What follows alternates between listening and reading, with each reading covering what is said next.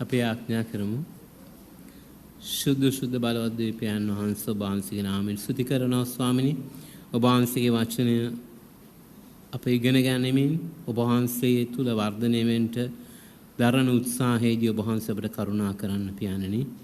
ඔබ වහන්සේගේ වචනය ලෝකවල නිර්මිත කෙරෙව්වා වචනයයි. ඒ වචනය අපේ ජීවනයේව පවතිනවා. ඒ සදාකාල ජීවනයේට අප ගෙනියන්නා වූ මඟ පෙන්වීම දෙන්නා වචනය නිසා ඔබ වහන්සේ ස්තුති කරනවා. ස්වාමීන් වහන්සේ මෙහි ඔබ වහන්සේ බාරගෙන මේ අවස්ථාව බාරගෙන මේ දරුවන්ටත් මටත් ඔබ වහන්සේ උගන්වන්න පියාණෙනි. ඒ නිසා ස්වාමීනි අපව වර්ධනය වන පිණිස අපව ශක්තිමත් වන පිණිස සුද්ධාත්ම දෙවි පියාණෙනි ඔබ වහන්සේ අපට උගන්වමින් අපව වෙනස් කරමින් සකස් කරමින් හදමින් ඔබ වහන්සේගේ නාමයේ ගෞරවය පිණිස වැය වෙන්නට පුළුවන් වන පිණිස ඔබ වහන්සේ අප පාවිච්චි කරන්න. ස්වාමිනී මේ අවස්ථාව ලබා දීම ගැන ඔබ වහන්සේ ස්තුති කරනවා. මේ අවස්ථාව ඔබ වහන්සේම පාවිච්චි කරමින් ඔබ වහන්සේගේ නාමයේ ගෞරවය ඒ තුලින් සලසාගත මැනව. සියලු ගෞරවය මහිමය ඔබ වහන්සේටයි ජීවමාන යේසුස් වහන්සේගේම නාමයෙන්. ආමේන්. අවසාන දක්වමින් ඉන්නේ අවසන් කරගන්න. හොඳයි.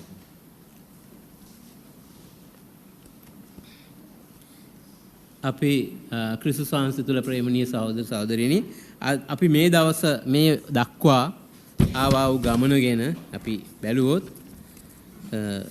ඔබට නැවත ආරයක් මම මෙනෙහි කරන්න මතක් කරන්න මේ ස්ටඩි එක අපි කොටස් 7ක් සඳහා සූදානම් යන ගමනක් මේකේ මාතෘකාව ධෛර්යමත් වන්න කියන මාතෘකාව යටතේ අපි ඉස්සලාම බැලුවා ධෛර්යමත් වෙන්න තිබෙන බාධාව මොකක්ද?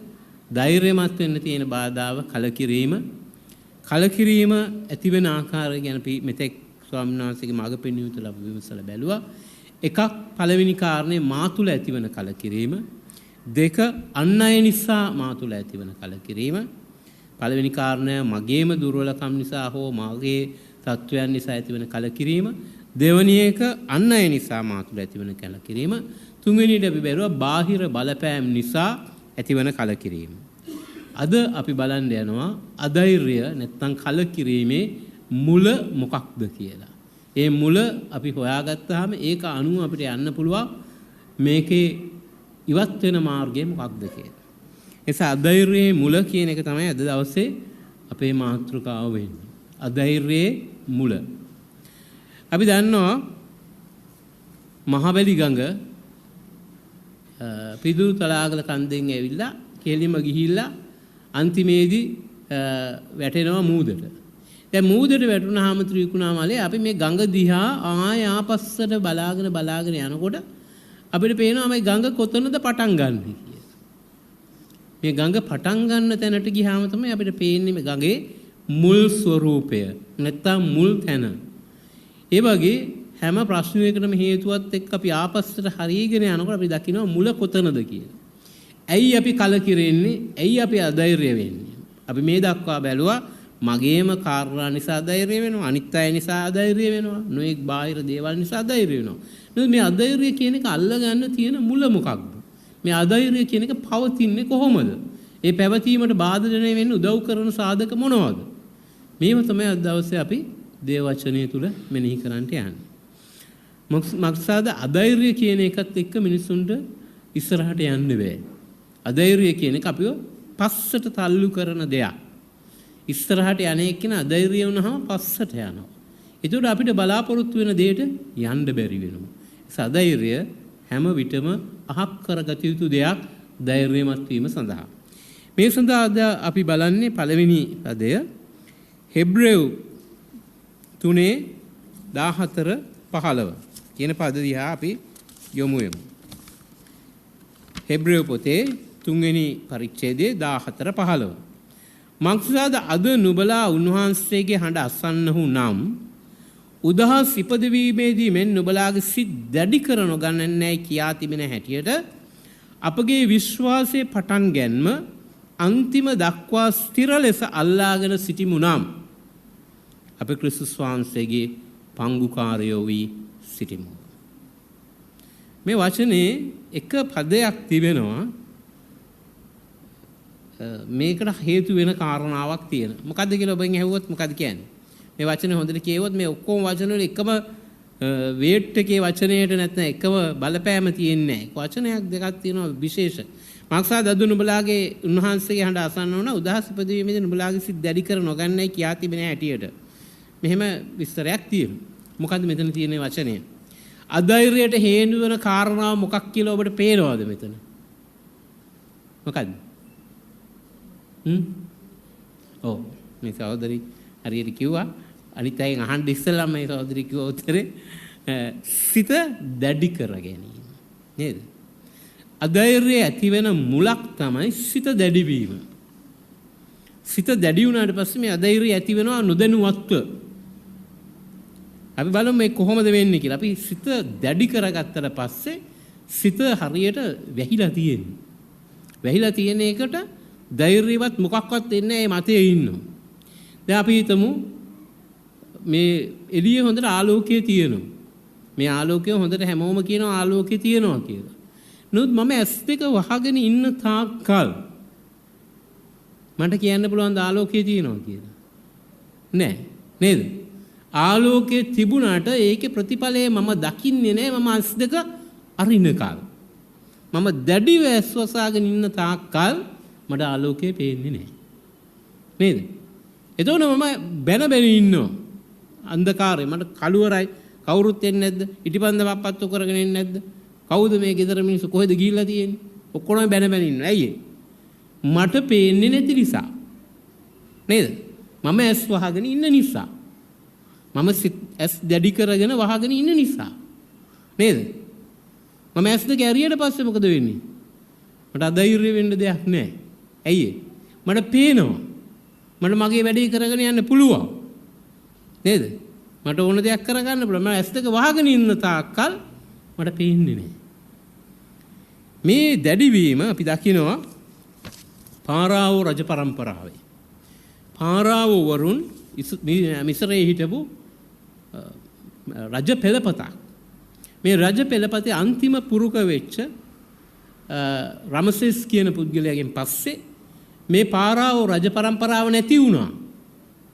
මේ පාරාවෝ පරම්පරාව නැත්තම් ඊජිප්තු ඉතිහාසයේ කතාව එතනින් ඉවර වුණා. ඒ ශ්‍රේෂ්ඨ යුගයේ හැටියට ඒගොල්ලෝ සලකන්නේ පාරාවෝ රජ පෙළපත. ඇයි එහෙම වුනේ? මේ අන්තිම රජුරෝ මොකද වුනේ?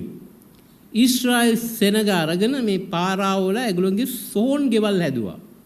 හැම රජ කෙනෙකුටම කාර්යයක් තිබුණා. මොකද්ද? තමුන් මැරෙන්න ඉස්සෙල්ලා තමුන්ගේ සෝන හදන්න ඕන. නේද? පිරමීඩය හදන්න ඕන.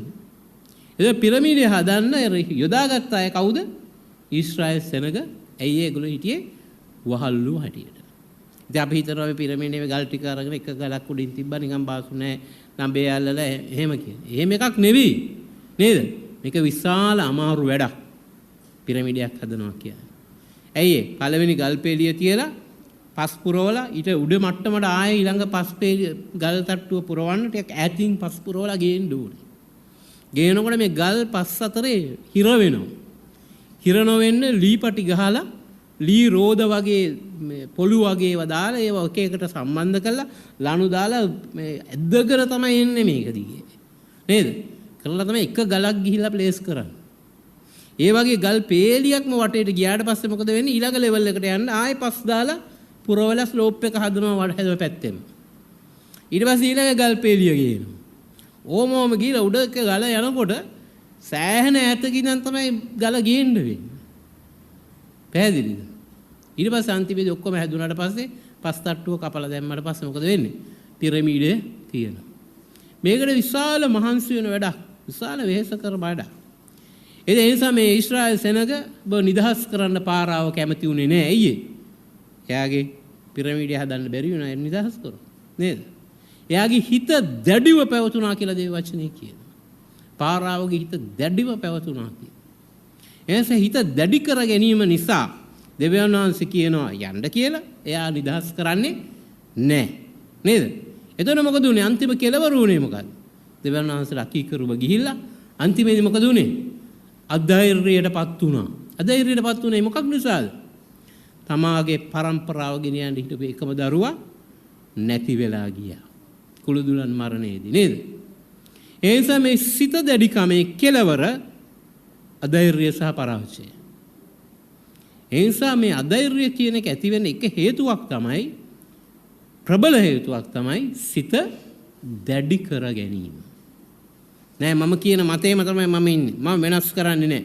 නේද? සමහරක් කියනවා මගේ වචන දෙකක් නෑ කියලා. නේද? එහෙමනම් එහෙම වචන දෙකක් නැත්තම් උදේටත් good morning කියලා රාටත් good morning කියන්නේ. නේද? එහෙම කියනවද කවුරු? නෑ නේද? එතකොට එහෙම නෙමෙයි අපි හැමතිස්සෙම වෙනස් වෙනවා. කාලයට අනුව හැම දෙයකටම නේද? නමුත් කියන්නේ නෑ වචන දෙකක් නෑ එක වචනයයි. ඒ නිසා මේ දැඩි කර ගැනීම මොකද වෙන්නේ? අපිව ඇදහිල්ලෙන් ගමන් කිරීමට බාධාවක් වෙනවා. ඒ නිසා සිත දැඩි කර ගැනීම කියන එක මොකද වෙන්නේ? අධෛර්යයට හේතුවක් වෙනවා. ඒ අධෛර්යයට හේතු වීම මොකද වෙන්නේ? පරාජයට හේතුවක් වෙනවා. හරි? ඒ නිසා මේ ගමනේ අපි බලන්න ඕනේ මගේ හිත කොතනද දැඩිව පවතින්නේ කියලා. නේද? අපි එක එකනා අපේ ජීවිතවල බලන්න ඕනේ කොතනද දැඩිව පවතින්නේ. මේක ගැන මම දැඩි වෙනවා. මේක ගැන නම් මම හොඳ ප්‍රතිපත්තියක් අනුගමනය කරනවා. නේද? රැකියාවේදී මම දැඩි වෙනවා. එහෙමයක් තියෙනවා නේද? එතකොට මේක හැමදෙස්සම සර්ච් කරන්න ඕනේ. අපි සර්ච් කරන්නේ කොහොමද? දාවිත්තුමා ඉතා ලස්සනට කියනවා ස්වාමිනී මාගේ සිත විමසා බලා දැනගත මැනව. යම් නපුරු මාර්ගයක් මා තුලේ ඇතනම් ඒක නිවැරදි කරලා සදාකාල මාර්ගය මා ගෙනියන්න. ඉතාලම ලස්සනට දාවිත්තුමා කියනවා නේද? මට තේරෙන්නේ නැහැ ස්වාමීනි මම දැඩි වෙනවත් ඇති සමහර විට නේද? ඔබ වහන්සේ මාව හදන්න. පැහැදිලිද? මේ වගේ ෆ්ලෙක්සිබල් වෙන්න ඕනේ, නම්‍යශීලී වෙන්න ඕනේ ස්වාමීන් වහන්සේට හදන්න. නෑ මම මේකෙම තමයි ඉන්නේ කිව්වොත් වෙන්නේම නෑ. සමහරක් වෙලාවට අපි දේවල් ඉල්ලන කොටත් ওই ප්‍රශ්නේ වෙනවා. මට ඕනේ මේ වගේ රස්සාවක්, මේ වගේ සැලරි එකක් තියෙන, මේ වගේ එකක මෙහෙම තමයි ඕනේ කියලාම හිතලා ඒකම තමයි යාඥා කරන්නේ. නේද? අච්චුවක් හදලා ඒකටම තමයි හදන්න උත්සාහ කරන්නේ. ඉතින් ලැබෙන්නේ නේද? සමහරවිට ඉන්නන මම මේ වගේ පුද්ගලයෙක් තමයි ඕනේ. නේද? විවාහ ජීවිතේත් එහෙමයි. කෙනෙක් තෝරාගැනීමේදීත් එහෙමයි. නේද? රැකියාව තෝරාගැනීමේදීත් එහෙමයි. නේද? අපි සිත දැඩිව ඉන්නවා. නෑ මේකම තමයි. එහෙම නෑ. නේද? එහෙම වෙනකොට මොකද වෙන්නේ? අධෛර්ය වෙනවා. මේ ඔක්කොම දාන එක හොයාගන්න බැරිව යනවා. ඒ නිසා දැඩි කරගන්න එපා සිත ස්වාමීන් වහන්සේ තුළ හැමතිස්සෙම උන්වහන්සේට බාර දුන්නාම සිත මුරුදු වෙනවා. ඒක අධෛර්ය ඇති වෙන්න හේතුවක්. ඒ අධෛර්ය නිසා අපේ ධෛර්යමන්තභාවය නැති වෙනවා. විශ්වාසය දුර්වල වෙනවා. දෙවැනි කාරණේ අපි දකිනවා ඒ ඇත්තටම මේකේ පාරාව පෙළපතේ දකින හොඳ උදාහරණයක්. ඒ වගේම අපි දකිනවා ඊළඟ පදේ අධෛර්යයට මුලට හේතු වෙන දෙවැනි කාරණේ. තව කාරණාවක්. මක්සාද ඔවුන්ට මෙන් අපටත් සුභාරංචිය දේශනා කරන ලද්දේ. නමුත් ඇසුවන් සමග ඔවුන් ඇදහිල්ලෙන් එක්සත් නොවූ බැවින් ඇසූ වචනය ඔවුන්ට ප්‍රයෝජනවත් නොවිය. එකක් සිත දැඩි කර ගැනීම. දෙවෙනි කාරණේද මොකද කියන්නේ? මක්සාද ඔවුන්ට මෙන් අපටත් සුභාරංචිය දේශනා කරන ලද්දේ. ස්වාමීන් වහන්සේගේ වචනේ සුභාරංචිය අපිටත් ඔවුන්ටත් ලැබුණා. නමුත් ඇසුවන් සමග ඔවුන් ඇදහිල්ලෙන් එක්සත් නොවූ බැවින් ඔවුන් ඇදහිල්ලෙන් එක්සත් නොවූ බැවින් ඇසූ වචනය ඔවුන්ට ප්‍රයෝජනයක් නොවීය. අධෛර්ය වෙන අනිත් කාරණාවක් තමයි සුභාරංචිය පිළි නොගැනීම. සුභාරංචිය පිළි නොගැනීමෙන් අධෛර්ය වෙනවා. මොකද සුභාරංචිය කියන්නේ? මොකද්ද අපි සුභාරංචිය කියලා කියන්නේ? මේ ලෝකයේ හැම මිනිස්සෙක්ම ඉපදිලා මැරෙනවා. මැරෙන මිනිස්සයාට කියනවා ඔබට මැරෙන්න නැතුව ඉන්න පුළුවන් කියලා. නේද? මැරෙන මිනිස්සයාට කියනවා මැරෙන්න නැතුව ඉන්න පුළුවන් කියලා. මැරෙන්න නැතුව ඉන්නවා කියන්නේ මේ ශාරීරිකව මැරෙන එක නෙමෙයි. නේද? සදා කාලෙටම ඔබ විනාශ වෙන්නේ නැතුව ඉන්න පුළුවන් ක්‍රමයක් තිබෙනවා කියන එක. තමයි සුභ ආරංචිය, යහපත් ආරංචිය. හැමෝම ජීවිතයේ අවසාන වෙනකොට මැරෙන්නේ ශාරීරිකව මරණය විතරක් නෙමෙයි. බය තියෙන්නේ මොකක් ගැනද? මට මොකක්ද වෙන්නේ කියන එකයි. මිනිස්සු ජීවිතයේ අන්තිම හරිය හිතන සමහරකට මොකක්ද වෙන්නේ මට ඊට පස්සේ නේද? බයක් ඇති වෙනවා. ඒතකොට තමයි ජීවිතේ යථාර්ථයේ තේරුම් ගන්න. එක විශ්වවිද්‍යාල ළමයෙක් හිටියා. ඒ ළමයාගෙන් මහාචාර්යවරයා අහනවා "ඔව් දක්ෂ ළමයෙක්. ඔබ මොකද්ද කරන්න බලාපොරොත්තු වෙන්නේ?" "මම කොහොම හරි මේ ෆයිනල්ස් වලදී ක්ලාස් එකක් එක්ක පාස් වෙනවා." ඊට පස්සේ මම හොඳ තවදුරටත් ඉගෙන ගන්නවා. මම ඉහළ උපාධියක් ලබා ගන්නවා. ඊට ඊට පස්සේ මම හොඳ රැකියාවක් කරනවා. ඊට පස්සේ මම විවාහ වෙනවා. ඊට පස්සේ මම දරුවෝ ඉඳී. ඊට පස්සේ මම ව්‍යාපාරයක් කරනවා. ඊට පස්සේ මම සමාජයේ ඉහළ පුද්ගලයෙක් වෙනවා. ඊට පස්සේ දැන් මහාචාර්ය ආගෙන යනවා. ඊට පස්සේ මම වයසට යයි. ඊට පස්සේ මම මැරෙයි. ඊට පස්සේ දැන් මේ ළමයා නතර වෙනවා පස්සේ. ඊට පස්සේ මොකද වෙන්නේ? ඊට පස්සේ මොකද වෙන්නේ? වයසට යනවා, මැරෙනවා, මැරුණාට පස්සේ මොකද වෙන්නේ? උත්තරයක් නැහැ. මේ ළමයා හිතන්න ගන්නවා දැන් මොකද්ද මේ ජීවිතේ හරය කියලා. අපිත් මේ එක මේක කරනවා මේ ව්‍යාපාරය කරනවා අරක කරනවා මේක කරනවා කිකි හිතේ ඉන්නවා.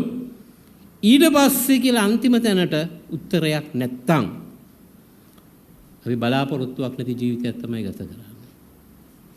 අපි සමහරක් වෙලාවට හිතනවා මේක එන්නේ අන්තිමටමනේ. ඕක පැත්තට දාලා අපි අද ටික කරගෙන යමු. ගොඩාක් වයසට ගිහිල්ලා ජීවිතේ ඇවිද ගන්න බැරි කාලේ වෙනකොට ඕක හිතමු කියලා. නේද? හරි? නමුත් මරණය එන්නේ ඒ කාලෙට විතරක් නෙවෙයි නේද? මරණය තරුණයන්ට එනවා. දරුවන්ට එනවා. නේද?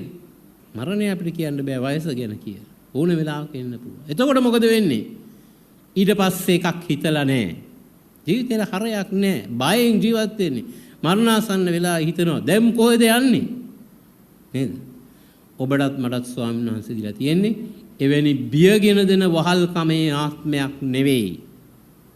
එනිසා ස්වාමීන් වහන්සේ වෙතට යන බව දැනගන්නේ මරණ මොහොතේ නෙවෙයි දැන්. දැන් අපිට සහතිකයේ තියනවා නම් ස්වාමීන් වහන්සේ වෙතට යනවා කියලා මරණය ඊටාම සතුටුදායක දවසක් වේවි. විභාගේ හොඳට පෙනී සිටලා ලකුණු හොඳට ගත්ත ළමයාට නේද? හොඳට විභාගයට උත්තර දීපු ළමයාට රිසල්ට්ස් එන දවස සතුටුදායක දවසක් නේද? හොඳට කාලා බීලා සන්තෝෂ වෙලා විනෝද වෙන්න පුළුවන් දවසක්. විභාගේ යන්තම් කරලා කට්ටේ පැනලා ඉඳලා මොනවා හරි කරගෙන විභාගයට උත්තර ලියලා ආව ළමයාට විභාගේ රිසල්ට්ස් එන දවස ඩිග් ගන්න දවසක් නේද? මොනවා වෙයිද? බැනුම් ආහන්න වෙයිද? ගුටි කන්න වෙයිද? නේද? එසම විභාගේ හොඳට කරලා තිබුණොත් ජයග්‍රහණය ගැන සතුටු වෙන්න පුළුවන්. ඒ නිසා අපිට අධෛර්ය වෙන්න දෙයක් නැහැ. සුභාරංචිය හරියට පිළිගෙන තිබුණා නම් මේ සුභාරංචිය නම් ස්වාමීන් වහන්සේ තුල අපට සදාතන ජීවනයේ තියෙනවා කියනවා සත්‍යය. ඒ නිසා මේක හැමතිස්සෙම රිෆ්ලෙක්ට් වෙන්න ඕනේ ජීවිතය තුළ. අපි විශ්වාස කරනවා ස්වාමීන් වහන්සේ අපි සමග ඉන්නවා අපිට යාඥා කරන උත්තර දෙනවා ඔක්කොම කියලා. හැබැයි මේක ටෙස්ට් වෙනවා. ටෙස්ට් වෙන්නේ කොතනදද? පොඩි ප්‍රශ්නයක් එනවා ජීවිතේ නේද? ඒ වෙලාවේදී මොකද වෙන්නේ? ඔක්කොම අමතක වෙනවා. සියල්ල අමතක වෙනවා. අපිට ස්වාමීන් වහන්සේ තුළ ගැලවීම තියෙන ඔක්කොම අමතක වෙනවා. අමතක වෙලා කොහොමද දැන් ජීවත් වෙන්නේ? මේ හෙට වෙනකොට කොහොමද එන්නේ? කොහොමද මේ බිල ගෙවා ගන්නේ නේද? ඔක්කොම අවුල් වෙනවා නම් අපි අර තියෙන බලාපොරොත්තුව හරියට තබලා නැහැ. පැහැදිලිද? ස්වාමීන් වහන්සේ කියන ලෝකේ නුඹලාට පීඩා තිබේ. ස්වාමීන් වහන්සේ කියන්නේ නුඹලාට පීඩා නැහැ. මාව දැහැවුවට පස්සේ කිසිම පීඩාවක් නැහැ. ඊටව හොඳ ජීවිතයක් ගත. එහෙම කියලා නැහැ නේද? ලෝකේ නුඹලාට පීඩා තිබේ. නමුත් ශක්තිමත් වන්න මම ලෝකය ජයගතෙමි. ලෝකේ නුඹලාට පීඩා තියෙනවා කියලා දිනනවා නේද? එතකොට අපි ආඥා කරනවා අනේ ස්වාමීනි ඔබ වහන්සේට පේන්නේ නැද්ද මේක? මට මේ ප්‍රශ්නේ මෙහෙම තියෙනවා පේන්නේ නැද්ද? පේනවා පේන නිසානේ කියලා තියෙන්නේ. නේද? ලෝකේ පීඩා තිබේ කියලා. නේද? නමුත් කියන්නේ ශක්තිමත් වන්න මම ලෝකය ජයගතෙමි. අපිට තියෙන පීඩා නැති වෙන්න නෙවෙයි. පීඩා ජයගත්තා පුද්ගලයා අපිත් එක්ක ඉන්නවා. අන්න ඒකයි මතක තියාගන්න. පීඩා නැතිව හොඳ ජීවිතයක් නේද? ඉස්සර සමහරක් ඇලියනවා නේද? දුකෙන් තොර සැපෙන් බර අනාගතයක් නේද? සූකිරි කන්දක් වගේ ඔය එක එක ලියනවා නේද? කිරියෙන් මීපැණියෙන් ඉතිරෙන නේද? සදා කවදාවත් වෙන්නේ නැති දේවල් නේද? ඉතිරෙනවද? නෑ කිසි දෙයක් නෑ. නමුත් ස්වාමීන් වහන්සේ තුල අපි අල්ලගෙන ඉන්නවා නම් පීඩා මැද්දේ ගමන් කරන්න පුළුවන්. ඒ නිසා අපිට සතුටු වෙන්න පුළුවන්. පීඩා නැති නිසා නෙවෙයි. පීඩා මැද්දේ අපිත් එක්ක යන ස්වාමීන් වහන්සේ ඉන්න නිසා. මේ සුභාරංචිය නිතර මෙනෙහි කරන්න ඕනේ. සුභාරංචිය අපි යාඥා කරන වෙලාවට පල්ලියට එන වෙලාවදී උදේ යාඥාවේදී විතරක් නෙවෙයි. ජීවිතයේ ප්‍රශ්නවලදී ජීවිතේ ගමන් කරනකොට මෙනෙහි කරන්න ඕනේ ස්වාමිනී මේ දේ තුල ඔබ වහන්සේ අපිත් එක්ක ඉන්නවායි කියලා. මේ කාර්යාලයට ගියාම ඔබට ඉහළින් ඉන්න පුද්ගලයාගෙන් පීඩා පැමිණෙනවා නේ හිතන්න. දාවිත් හිතපු විදියට දාවිත් කියනවා සාවුල් ස්වාමීන් වහන්සේ සාවුල්ව දාවිත්ගේ අතට අල්ලලා දෙනවා එක වෙලාවක නේද? දාවිත් හොයාගෙන ලුහු බැඳගෙන එන වෙලාවේ එක තැනක ගුහාවක දාවිත් සාවුල් නිදාගෙන ඉන්නවා. දාවිත් ගියා ඔක්කොම කියන මෙන්න අවස්ථාව සතුරා මරන්න නේද? සතුරා මරලා විනාශ කරන්න කියලා. දාවිත් ගිහිලා කඩුව අරගෙන ගිහිලා සාවුල්ගේ සලුවෙන් පොඩි කෑල්ලක් ඉරලා අතේ තියාගෙන ඈතට ගිහිලා කියනවා සාවුල් පියාණෙනි ඔබගේ සලුවෙන් මම කොටසක් කැපුවා. හැබැයි මම ස්වාමින් වහන්සේගේ අභිෂේක ලත් නැත්තාට විරුද්ධව වැරදි කරන්නේ නැහැ කියලා. පැහැදිලිද?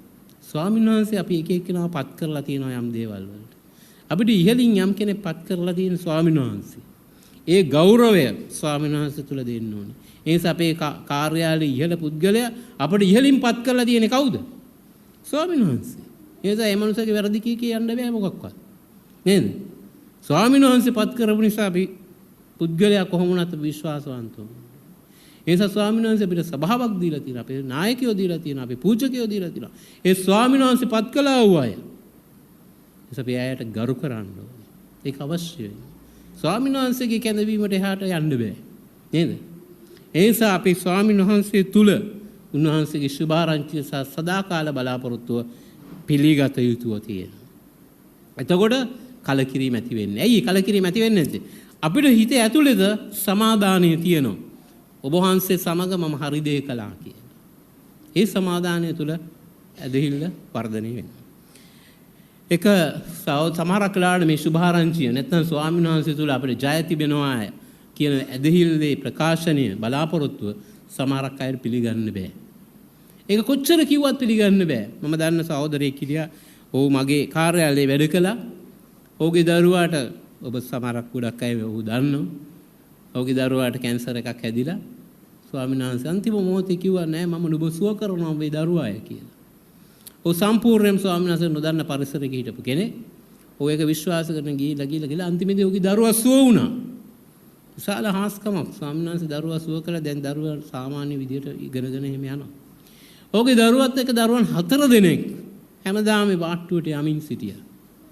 මේ දරුවා ස්වාමීන් වහන්සේ සුව කළා කියන ආරංචිය ලැබුණාට පස්සේ ඔහු ගිහිල්ලා අනිත් අය එක්ක බෙදාගත්තා මේක. ජේසුට සුව කරන්න පුළුවන් මේ සියලු දේ තුලින් කියලා. එක්කෙනෙක් අහලා ඔව් කියලා එන්නේ නැතුව ගියා. ඊළඟ කෙනෙක් අහන්නෙම නැතුව ගියා. තව කෙනෙක් වෙන දේවල් කර ගියා. ඔහු විශාල උත්සාහයක් දරුවා මට ඇවිල්ලා කිව්වා බ්‍රදර් අපි උත්සාහ කරනවා මට ලැබුණා මේ සුවය සාදේ මම අනිත් අයට කියන්න. නමුත් ඔවුන් පිළිගන්නේ නැහැ කියලා. මම උඩ ඔබ පුළුවන් තරම් කියන්න. හැබැයි තීරණය වුන්ගේ අතේ කියලා. කනගාටුවට කාරණේ ඒ දරුවා විතරක් ඉතුරු වුණා. අනිත් දරුවන් 4 දෙනාම මැරුණා. 4 දෙනාම මැරුණා. වෛද්‍යවරු මේ දරුවාව ගෙනල්ලා ඇහුවා කොහොමද අසුව ලැබුණේ කියලා. ඔහුගේ ජීවිතේ සාක්ෂි දරුවා. අද ඔහු ස්වාමීන් වහන්සේ පිළි අරගෙන මුළු පවුලම ගැලවීම ලැබලා ඔබ දන්නවා ඔහුගේ ගෙදර යාඥා රැස්වීම තියෙනවා. ඔහුගේ වටේ ඉන්න සියලුම දෙනා කිතුණු නොවන අය. දවසක් සහෝදරයෙක් ගිහලා ඔහුගෙන් ඇහුවා ඔබ දන්නවද යේසුස් වහන්සේ ජීවමාන බව කියනකොට ඒ වටේ හිටපු පුද්ගලයන් නැගිටලා කියනවා මොකද්ද? ජේසුස් ජීවමාන බව අපි දන්නවා. කොහමද දන්නේ? මේ සහෝදරයාගේ දරුවව කරේ තියාගෙන මරණාසන්න තත්ත්වෙ ගෙනිච්ච හැටි අපි දැක්ක ඇස්වලින්. ඒ යේසුස් වහන්සේ ජීවමාන නෙවෙයි නම් අද දරුවා මෙහෙම ජීවත් වෙන්නේ නැහැ කියලා. ඒ නිසා ස්වාමීන් වහන්සේ යහපත් බව දකින්නේ වෙන කිසි දෙයකින් නෙවෙයි. අපේ තර්කයෙන් හා බුද්ධියෙන් නෙවෙයි. උන්වහන්සේ ක්‍රියාව තුළ ඇදහිීමෙන් විතරයි. ඒක අපේ අත්දැකීමක් වෙනවා. ඒ අපේ ජීවිතේ ඇස්වලට පෙනෙන දෙයක් බවට පත් වෙනවා. සුභාරංචිය පිළිගත්තොත් දැඩිසිත අයින් වෙනවා. මුරණ්ඩුකම අඩු වෙනවා. ස්වාමීන් වහන්සේ තුළ ධෛර්යමත් වෙනවා. ඒක දෙවෙනි කාරණේ තාම වැදගත් දෙයක්. උන්වහන්සේ කියන්නේ මම නුඹ සමග ඉන්නවා. නුඹට ආශිර්වාද කරනවා. නුඹට සදාකාල ජීවනයේ විතරක් නෙවෙයි. මම නුඹට සපයන දෙවියන් වහන්සේ. මම නුඹ සුව කරන දෙවියන් වහන්සේ. නුඹට ජය දෙන දෙවියන් වහන්සේ. මම නුඹ ආරක්ෂා කරන දෙවියන් වහන්සේ. එතන මේ පොරොන්දු ඔක්කොම උන්වහන්සේ දීලා තියෙනවා. ඒ නිසා මේ සුභාරංචිය කියලා කියන්නේ අපිව අදත් බලාගෙන සදාකාලයටත් බලාගන්න ජීවමාන පුද්ගලයෙක් අපිත් එක්ක ඉන්නවා කියන සත්‍යයයි. ඒක එපා කරොත් අනිවාර්යයෙන්ම අධෛර්යයටපත් වෙනවා. ඒ නිසා මේ සත්‍ය හොඳින් තේරුම් ගන්න. තුන්වෙනි කාරණය බලනවා හෙබ්‍රේය පොතේ 6 වෙනි පරිච්ඡේදයේ 1-2.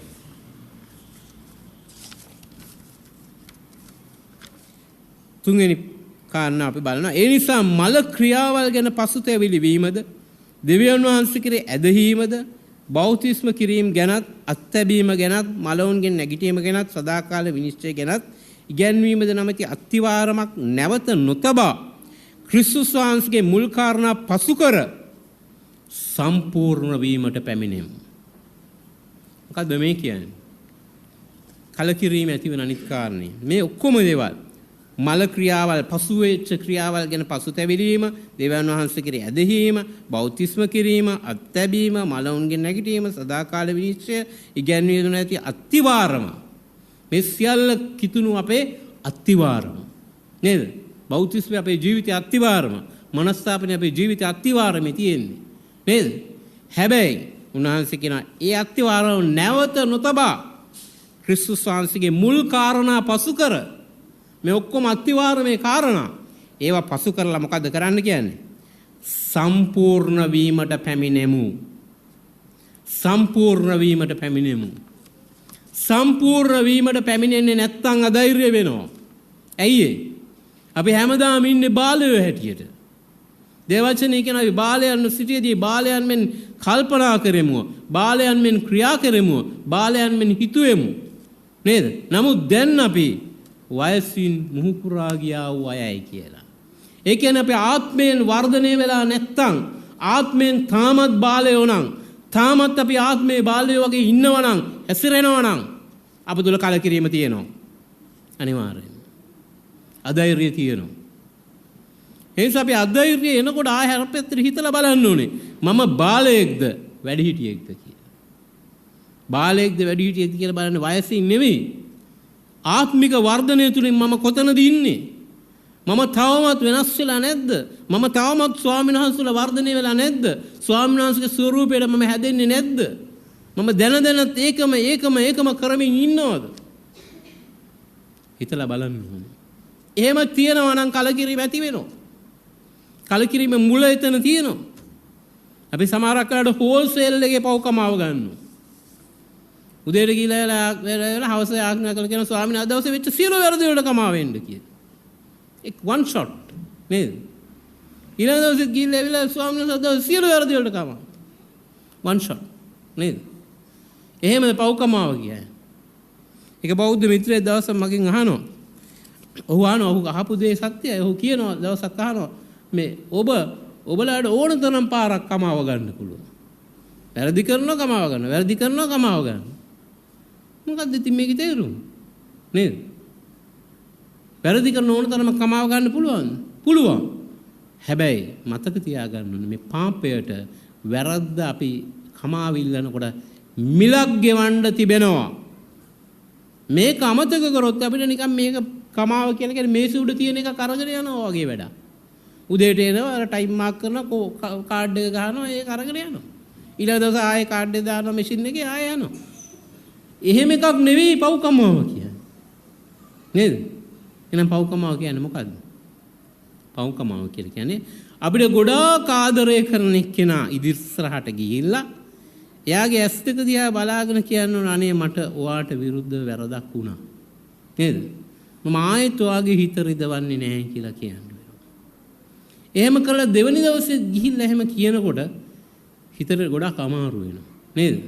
අපි ගොඩක් ආදරය කරන කෙනාගේ හැමතිස්සෙම හිත රිදවන්න අපේ හිතට ඉඩ දෙන්නේ නැහැ. අපි කොච්චර ಗುಣමකුද කියලා හිතනවා එතකොට. මෙච්චර මට ආදරය කරන කෙනාට අදත් මම වැරද්දක් කරා. හෙටත් මම වැරද්දක් කරා. අනිද්දාත් මම යාට වැරද්දක් කරනවා. ඒක අපිට සෙන්ස් වෙනවා නම්, ඒක දැනෙනවා නම් මොකද වෙන්නේ? ආයේ පාපය කරන්න හිතෙන්නේ නැහැ. කවුරුත් දකින නිසා නෙවෙයි, කාටවත් පේන නිසා නෙවෙයි, කවුරුත් කියලා තියෙන නිසාත් නෙවෙයි. මට ආදරය කරන පුද්ගලයාට දුක් දෙන්න බැරි නිසා. එතකොට මට වේදනාවක් දැනෙනවා පව් කිරීම තුල.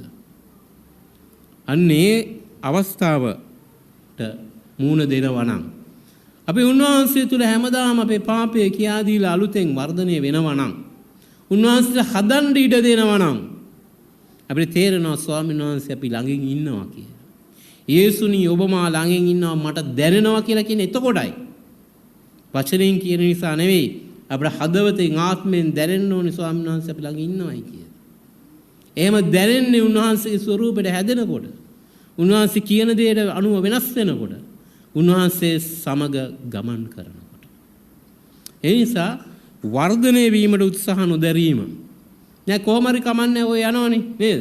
අදත් කොහොමරි යනවා හෙටත් කොහොමරි යනවා එහෙම යනවනම් වර්ධනය වෙන්නේ නැහැ. වර්ධනය වෙන්න සර්ච් කරන්න තියෙනවා ඇතුලේ. වර්ධනය වෙන්න නම් ඇතුලේ අභ්‍යන්තර හොයන්න තියෙනවා. අනිත් අයගේ නෙමෙයි මගේ පෞද්ගලිකව. අපි එකිනෙකා. අපි ගොඩක් වෙලාවට හොයන්නේ අනිත් එක්කෙනා. එයාගේ මෙහෙමයි එහෙම නෙවෙයි. මගේ ගැන හොයන්න තියෙනවා අභ්‍යන්තරේ. එතකොට තමයි මේ දේවල් පේන්නේ. මට මතකයි අපේ ගෙවල් ළඟ අපි ශ්‍රම දානයක් කරනකොට එක දවසක් කාණුවක් තිබුණා. මේ කාණුව සුද්ධ කරනකොට ඊටාම අපවිත්‍ර දේ අපි ශිෂ්‍යයන් කණ්ඩායමක් එක සුද්ධ කරලා පවිත්‍ර කරා. පවිත්‍ර කරාට පස්සේ මේ කාණුව දැන් හොඳට පිරිසිදු වතුර ගලාගෙන යනවා. අපිට සන්තෝෂයි දැන් මේක පිරිසිදු කරා කියලා. නමුත් අපි ටික දවසක් යනකොට මේ ආයෙත් මේක બ્લોක් වෙනවා. ඒ හොඳට බැලුවම කාණුවේ මොකක්වත් બ્લોක් වෙන්න දෙයක්වත් නැහැ. හොඳට වතුර පාර ගලාගෙන යනවා. බලනකොට එක්කෙනෙක් කියනවා මෙතන තියෙන කොන්ක්‍රීට් ස්ලැබ් එකක්. මේ ස්ලැබ් එක ඇතුලේ මොනවා හරි ඇති කියලා. ඊට පස්සේ අලවංගු දාලා මේ ස්ලැබ් එක අරිනකොට අපවිත්‍ර දේ ගොඩක් තියෙනවා. ඉස්සල්ලා අපිට පේන්නේ කාණුවේ තියෙන අපවිත්‍රකම විතරයි. මොකද ඒක හදාගත්තට පස්සේ අපි ටිකක් ඩීප් සර්ච් එකට යනකොට ස්ලැබ් එක ඇතුලේ තියෙන අපවිත්‍රකම පේන්න ගන්නවා. ඒකත් හදාගත්තට පස්සේ මොකද වෙන්නේ? කාණුවේ වතුර හොඳට ගලනවා. එහෙනම් ස්වාමීන් වහන්සේට ලං වෙන්න එක පාරටම යමක් වෙන්නේ නෑ. නමුත් උන්වහන්සේ පියවරෙන් පියවර හදාගෙන අභ්‍යන්තරයේ දුර්වලතයන් පෙන්නනවා. එතකොට මොකද වෙන්නේ? ඒව හැදෙනකොට මොකද වෙන්නේ? වර්ධනය වෙනවා. ක්‍රිස්තුස් වහන්සේගේ ස්වරූපයට. ඒක පිටුවද පෙනෙන දෙයක් නෙවෙයි අභ්‍යන්තරයේ වෙන දෙයක්. ඒ නිසා වර්ධනය වීමට උත්සාහ දරන්නේ නැත්නම් අධෛර්යය ඇති වෙනවා. ඇයි අපි හිතනවා නෑ මේක කරොත් ඇති කියලා. අපිම තීරණය කරනවා වර්ධනය වෙන්න ඕනේ මේක තමයි කියලා. නේද? අපි හිතන හැමදාම සොසේජ්සුයි පානුයි කෑවොත් වර්ධනය වෙනවා කියලා. නේද? ඒක තමයි ලේසි එකනේ. ටක් ගාලා සොසේජ් එකක් බෙද්දා පාන් කෑවා. ඒක හරි ලේසි. නේද? ගිහලා ගන්නෙත් ඒකමයි. කඩෙන් ගන්නෙත් ඒකමයි. වර්ධනය නෑ මම කොහොම හරි වර්ධනය වෙනවනේ. නේද? පෝෂ්‍යදා ඒව ඕනේ මොනවා හරි කනවනේ නේද? අන්තිමේදී මොකද වෙන්නේ? වර්ධනය වෙලා තියෙන කොහොමද කියලා පස්සේ තේරෙනවා. නේද? කොලෙස්ටරෝල් වැඩි අරවයි මේවා මොන හරි එනකොට ආන්න වර්ධනය වෙලා වුණාට පැත්තට වර්ධනය වෙලා තියෙනවා. නේද?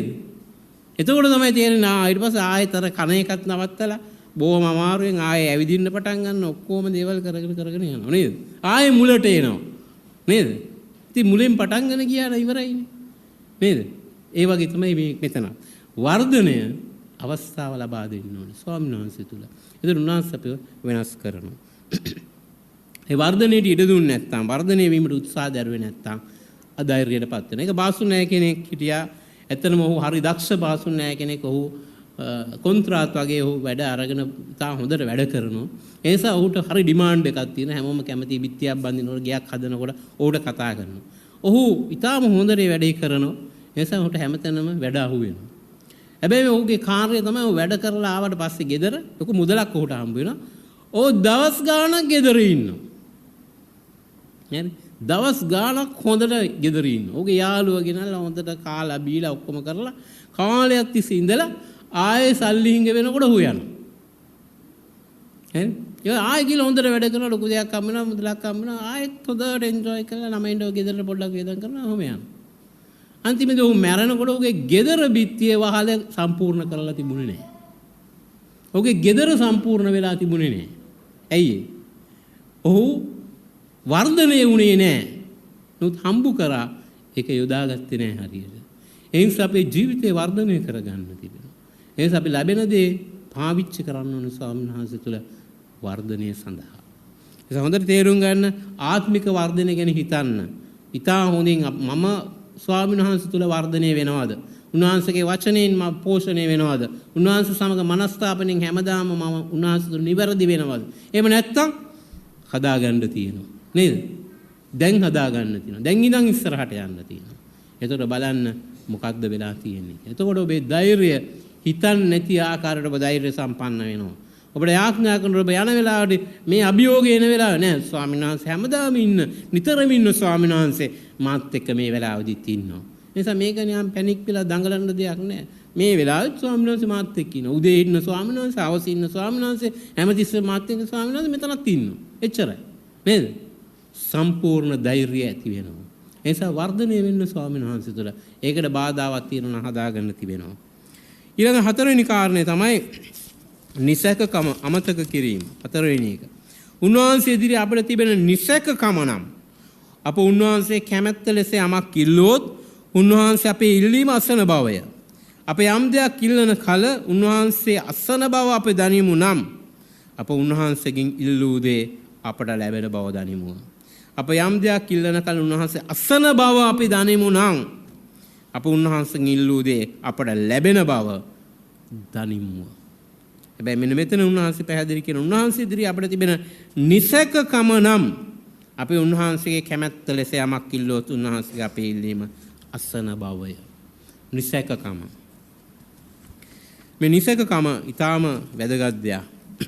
අපි වෙලාවට ගොඩක් කරන්නේ නිසකකම නෙමෙයි සැකකම තියෙන්නේ. නේද? නිසකකම වෙනුවට සැකකම තියෙන්නේ. සැකය තියෙන්නේ. වෙයිද? නැද්ද? නේද? අපි හිතනවා මේක කරත් ස්වාමීන් වහන්සේ හයිද? ස්වාමීන් වහන්සේ මෙච්චර කාලයක් මම මේ ආඥා මොකක්වත් උනේ නෑනේ. දැන් වෙයිද? ඉදිරියේදී වෙයිද? නේද? ඇයි ස්වාමීන් අපේ ආඥා වහන්නේ නැත්තේ? සැකය. ඊටම හොඳ උදාහරණ තමයි යෝනා. යෝනාට කතා කළා ස්වාමීන් වහන්සේ කියන නිනිවේට යන්න කියලා. නේද? යෝනා නිනිවේට යනකොට මොකද වෙන්නේ? යෝනා නිනිවේට යන්නේ නැතුව යනවා කොහෙටද? තාර්ෂිෂ්. යන්න කිව්වේ නිනිවේට යනවා තාර්ෂිෂ්. ඇයි එහෙම කියන්නේ? යෝනාට කියනවා අර නිනිවේ ඉන්න සෙනග දුෂ්ට සෙනගක් නුඹ ගිහිල්ලා උන්ට කතා කරන්න. එතකොට වුන් මනස්ථාපනය වෙලා වුන් විනාශ නොවි බේරෙනවායි කියන. නේද? ඒකනේ යෝනාට යන්න කියන්නේ. යෝනාට කියනවා නුඹ විනාශ වෙනවා කියලා කියන්න. එතකොට ඒගොල්ලෝ කලබල වෙලා මනස්ථාපනය වුණොත් ඒගොල්ලෝ බේරේ.